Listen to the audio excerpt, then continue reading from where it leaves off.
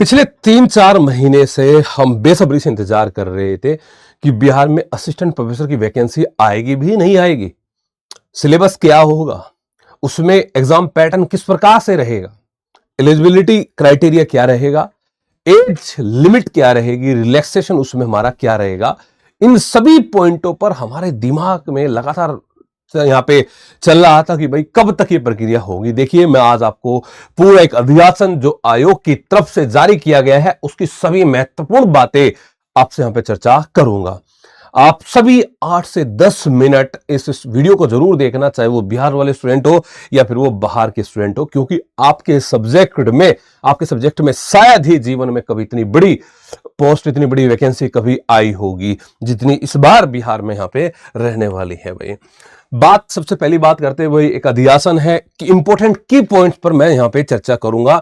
और ये अध्यासन जो है यहाँ पे जो बात की गई है यहाँ पे परमानेंट असिस्टेंट प्रोफेसर और साथ साथ में कॉन्ट्रेक्चुअल जो अपॉइंटमेंट्स है उनको लेकर यहाँ पे बात की गई है। किसको लेकर जी? परमानेंट असिस्टेंट प्रोफेसर और कॉन्ट्रेक्चुअल जो अपॉइंटमेंट्स है उनको लेकर यहाँ पे बात की गई है। अब हम यहाँ पे बताते हैं आपको कि भाई देखिए इसमें क्या होगा। शुरुआत में एक डेफिनेशन दी गई है, जैसे अध्यासन में दिया जाता है कि चेयरपर्सन कौन होगा, कमीशन का मतलब क्या होता है, नेट का मतलब क्या होता है, नेट सेट का मतलब, ये बेसिक बातें यहां पे हमारी दी गई है।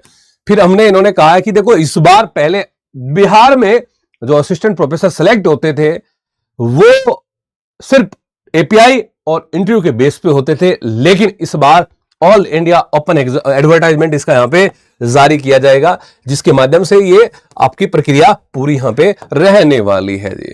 ठीक है जी।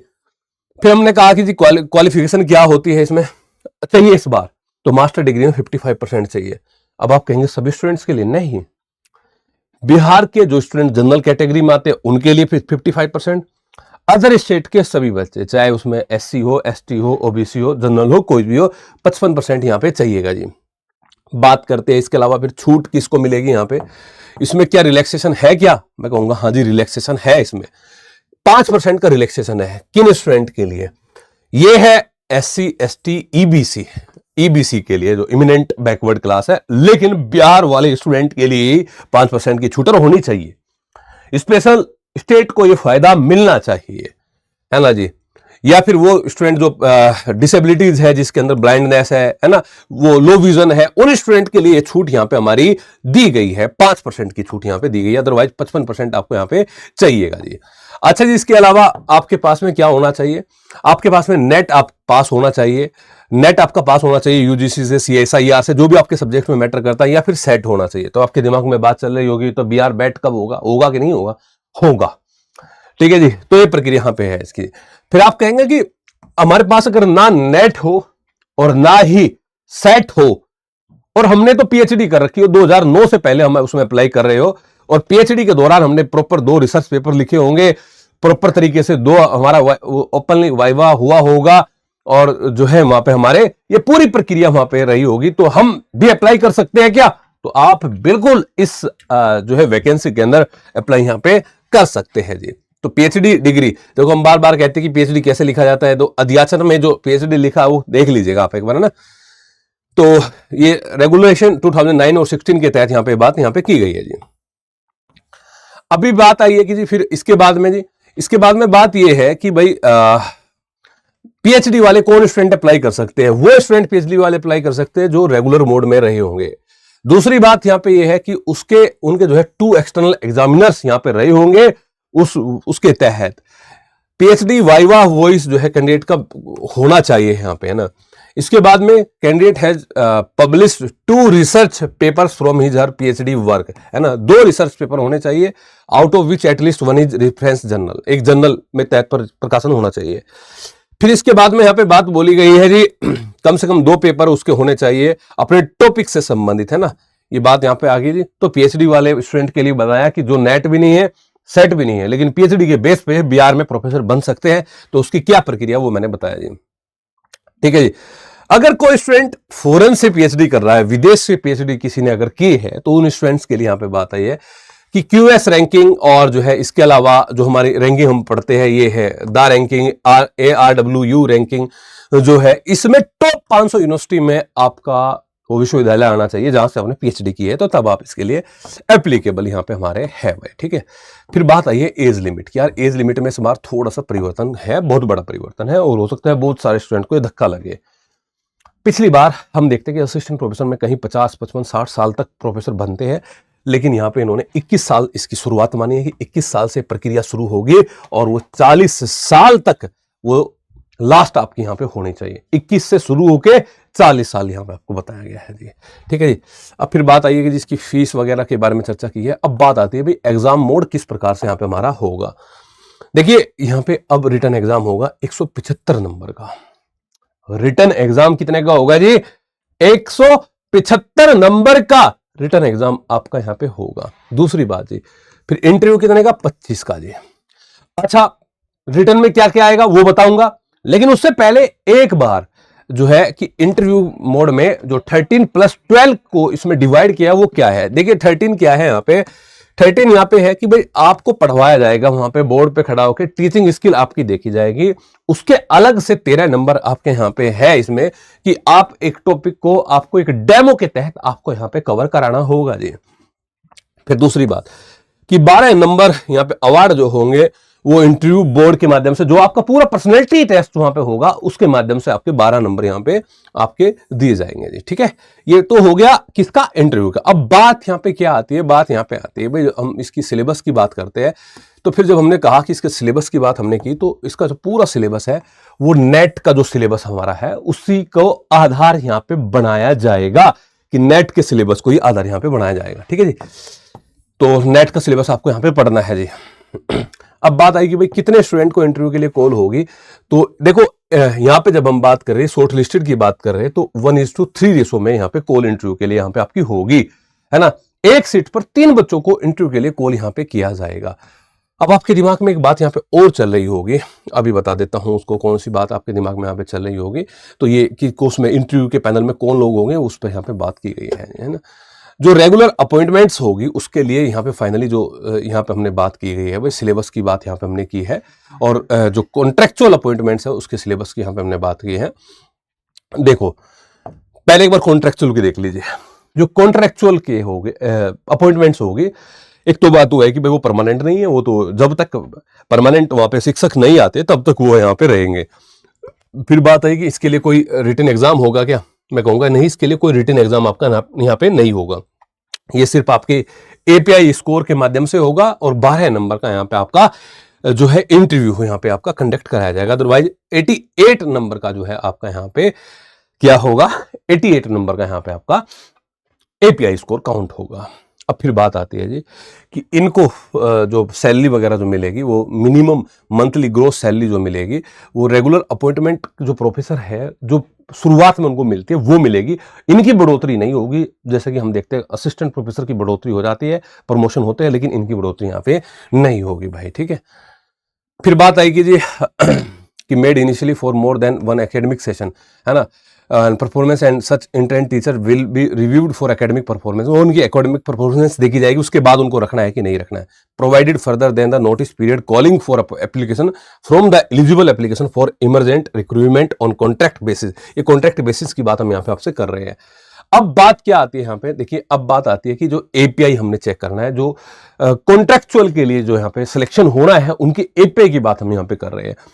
आप यहाँ पे देख लीजिए कि पीएचडी अगर देखो टोटल यहाँ पे नंबर यहाँ पे दिए गए हैं कि मैक्सिमम जो नंबर आपको आपने रिसर्च पेपर पब्लिश किए उनके 22 नंबर यहाँ पे है ना।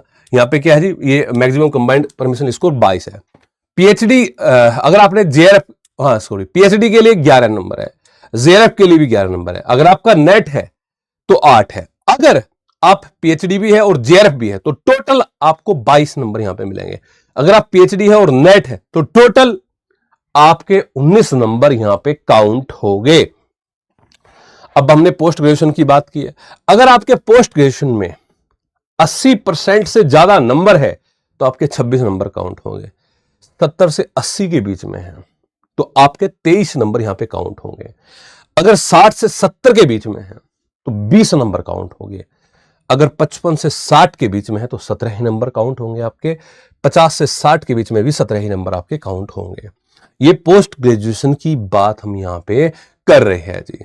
तो यानी कि application only for candidate belonging to the SC/ST category, है ना, यहाँ पे, हाँ ठीक है। ये जो वो रहेगा, ये सिर्फ SC और ST स्टूडेंट के लिए ही रहेगा, 50 से 60% वाला, जिसमें 17 नंबर यहाँ पे आपके मिल रहे हैं। अब बात ग्रेजुएशन की करते हैं। देखिए, ये हम API की बात कर रहे हैं। आप में से कई स्टूडेंट का डाउट था कि API टोटल कैसे, क्या प्रक्रिया यहाँ पे रहने वाली है जी।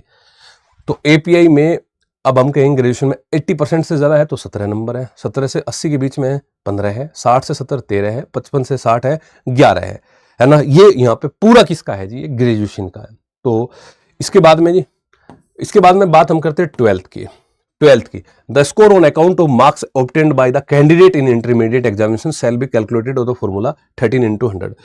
मान लो कि आपके जो है 60% वहां पे, हाँ, आपके जो है वहां पे 70% बने हैं, तो 30/100 गुना 70, यानी कि उसका आपका 13% लिया जाएगा। किसका? 12th का। जैसे कि 10th का जो है आपका कितना लिया जाएगा, तो 10th का 10% यहां पे आपका लिया जाएगा। 10th का 10% आपका लिया जाएगा, तो 12th का 13% आपका लिया जाएगा आपकी परसेंटेज के। इंटरव्यू जो है यहाँ पे हमने कहा 12 नंबर का है, 12 में 6 में डिवाइड किया है ना। 6 नंबर टीचिंग स्किल के रहेंगे, 6 नंबर आपके पर्सनैलिटी के यहाँ पे हमारे रहने वाले हैं। तो ये थी पूरी बात किसकी? कॉन्ट्रेक्चुअल की जी। ये कॉन्ट्रेक्चुअल की बात यहाँ पे हमारी थी जी। अब इसके बाद में हम बात करते हैं किसकी जी? इसके बाद में हम बात करते हैं यहाँ पे, हाँ, जो परमानेंट फैकल्टी है और परमानेंट के लिए क्या सिलेबस आप लोगों का रहने वाला है, वो यहाँ पे एक बार आप देख लीजिए। देखिए जी, कोई ऑब्जेक्टिव क्वेश्चंस आपके पेपर में नहीं आएंगे, पूरा का पूरा पेपर सब्जेक्टिव होगा, डेस्क्रिप्टिव होगा। सब्जेक्टिव और डेस्क्रिप्टिव में हम बात कर रहे हैं, यहाँ पे 4 टाइप के क्वेश्चन आएंगे। एक वेरी शॉर्ट आंसर टाइप कि जी पानीपत का युद्ध कब हुआ था, प्रथम युद्ध कब हुआ था, तो आप कह सकते हैं जी 1526 में, एग्जैक्ट डेट बता सकते हैं। गुलाम वंश का संस्थापक कौन था, तो आप कह सकते हैं कुतुबुद्दीन ऐबक। इस टाइप की बात हम कर रहे हैं, वेरी शॉर्ट आंसर टाइप है, 1 नंबर का क्वेश्चन होगा। मतलब जो ऑब्जेक्टिव होता है वो बस आपको वहां पे ऑब्जेक्टिव में वो विकल्प वहां पे नहीं मिलेंगे। दूसरा शॉर्ट आंसर टाइप 2 नंबर का होगा, 15 क्वेश्चन ये आएंगे। अब यहां पे बात आ सकती है कि जी what is footnote, footnote क्या है, तो फुट नोट क्या है, तो इसके बारे में आपको 3 से 4 लाइन में आपको जवाब देना होगा, 2-3 लाइन में। तो यानी कि ये 2 नंबर के 15 क्वेश्चन आएंगे। रीजनिंग बेस्ड एनालिटिकल टाइप है ना, एनालिटिकल टाइप, आप रीजनिंग नहीं मत समझना, मतलब तर्क आधारित क्वेश्चन होंगे, 15 क्वेश्चन होंगे, और वो जो है क्या होंगे, 3-3 नंबर के होंगे। थोड़ा और बड़ा हम कर लेंगे, मतलब कि 7-8 लाइन का हम उसको करके जवाब देंगे। लॉन्ग आंसर टाइप के जो होंगे 8-8 नंबर के 10 क्वेश्चन आपके होंगे, जो हम लगातार अभी हरियाणा में भी हमने किया था, वहां 10 नंबर का था, बस यहाँ 8 का है। आप जानते हैं कि हरियाणा में एक तरफा हमारा प्रोफेसर के अंदर रिजल्ट रहा था, बहुत सारे प्रोफेसर जो है, आप UGC नेट RW चैनल पर उनकी इंटरव्यूज आप देख सकते हैं, first rank, second rank, third rank, लगातार जो है सभी सब्जेक्टों में इस बार हम यहाँ पे आपके साथ में काम करेंगे। तो टोटल 175 नंबर का ये यहाँ पे रहा है। अब आप कहेंगे जी फिर इसके बाद में इंटरव्यू, तो इंटरव्यू मैंने बता दिया 12 + 13 25 नंबर का होगा, तो टोटल 200 नंबर का यहाँ पे आपकी चीजें यहाँ पे ये रहने वाली है कि long answer type should focus on deep understanding in the disciplinary area and response would be typical 200 से 250 वर्ड्स में आपको लिखना होगा, 200 से 250 वर्ड। और नंबर कितने हैं, वो मतलब कितने का है, 8 नंबर का है जी। Reasoning based analytical type question should explore the application capabilities of learner base of arguments, reasoning, extrapolation, application of knowledge gained in the subject in explored area, है ना। इस टाइप के क्वेश्चन यहाँ पे हमारे रहेंगे। तो यहाँ पे ये चीजें यहाँ पे दे दी गई भाई, है ना। फिर बात आई कि जी मिनिमम, जैसे अब आप कहते हैं मिनिमम क्या है जी, जैसे हरियाणा में मिनिमम 35% चाहिए थे कि भाई इसके ऊपर आपके नहीं, इससे नीचे रह गए तो आपका चेक ही नहीं किया जाएगा। अगर वैकेंसी की मैटर नहीं करती, अगर वैकेंसी खाली रह जाएगी, लेकिन मिनिमम नंबर आपके होने चाहिए। तो यहाँ पे जनरल के लिए 40% मिनिमम होने चाहिए, बैकवर्ड के लिए 36.5 होने चाहिए, EBC के लिए 34% होने चाहिए, और शेड्यूल कास्ट के लिए 32% यहाँ पे आपके होने चाहिए, 32% होने चाहिए। इंटरव्यू के लिए वही है कि एक बच्चे पर 3 को यहाँ पे बुलाया जाएगा जी। तो फाइनली ये पूरी प्रक्रिया थी जो मैंने आपको डिस्कस यहाँ पे किया, बहुत ही महत्वपूर्ण मैं कह सकता हूँ ये पूरी जानकारी आपके लिए थी। तो बेस्ट विशेष आप सभी लग जाइए, और आप जानते हैं कि हम जो है इस एग्जाम के लिए आपके साथ जी तोड़ मेहनत करने वाले हैं। पूरा यूजीसी नेट RWA के सभी सब्जेक्ट्स में हम यहाँ पे काम करेंगे। तो सभी स्टूडेंट अपने अपने जो सब्जेक्ट है वो कमेंट में जरूर मेंशन करिए। हो सकता है हमारे पास एक दो सब्जेक्ट ना हो जो आपका सब्जेक्ट हो, हम तब तक उसको हायरिंग उसकी करें और आपको उसमें फिर कोई बाधा यहाँ पे ना पहुंचे। बहुत बहुत धन्यवाद। जय हिंद, नमस्कार।